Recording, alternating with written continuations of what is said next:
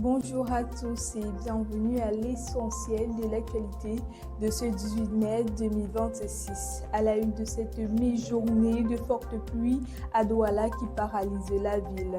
Depuis ce matin, de fortes pluies s'abattent dans la ville de Douala. Les précipitations intenses ont rapidement transformé plusieurs quartiers en marécages, provoquant des inondations localisées.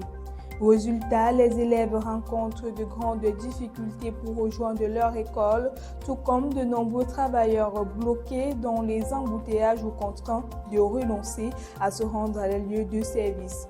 Les rues inondées, des caniveaux débordants et la visibilité réduite exposant les populations à des risques d'accidents et de noyades. Les autorités appellent à la prudence, notamment dans les zones habituellement sujettes aux inondations. Suite exploitation illégale de l'or inquiète la société civile. Une vingtaine d'ONG accusent l'État camerounais de laisser prospérer les entreprises fantômes dans l'orpaillage artisanal. Malgré les annonces officielles, plusieurs réseaux étrangers continueraient d'exploiter l'or illégalement dans certaines zones minières. L'alerte intervient peu après que le gouvernement a déclaré avoir recensé près de 200 sociétés opérant sans autorisation dans l'Ex et l'Adamawa, deux régions riches en gisements aurifères. Pour les organisations, cette exploitation sauvage aggrave la dégradation environnementale, fait perdre des revenus à l'État et alimente l'insécurité locale. Elle demande un renforcement des contrôles, des sanctions contre les opérateurs clandestins et plus de transparence dans l'attribution des permis. Au Mali, Bamako dénonce une violation de sa souveraineté. Le Mali accuse un journaliste de la télévision d'État saoudienne d'être entré illégalement sur son territoire. Selon Bamako, Ibrahim Mustafa a violé la souveraineté malienne en complicité avec des groupes terroristes.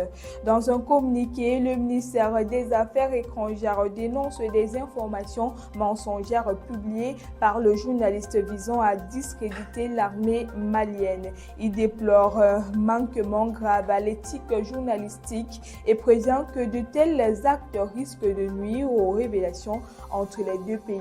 Bamako affirme avoir notifié sa désapprobation et réaffirme qu'aucune atteinte à l'intégrité territoriale du Mali ne sera tolérée. Affaire à suivre. Et pour terminer, en MMA, Francine Ngannou s'impose par KO. De retour dans l'octogone, Francine Ngannou a frappé fort. Opposé au Brésilien Philippe Lins lors du gala du MMA qui se tenait à l'Institut de Los Angeles, Ngannou a plié l'affaire en moins de 5 minutes.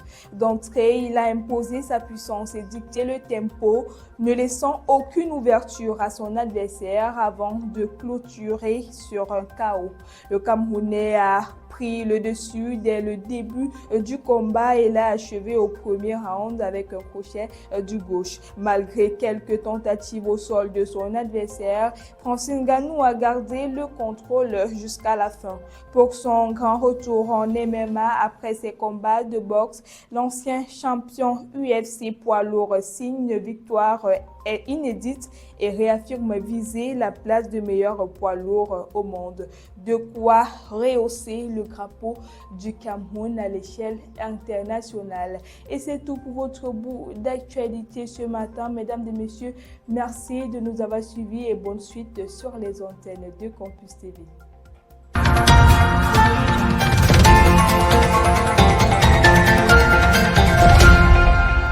Campus TV, nous sommes ensemble.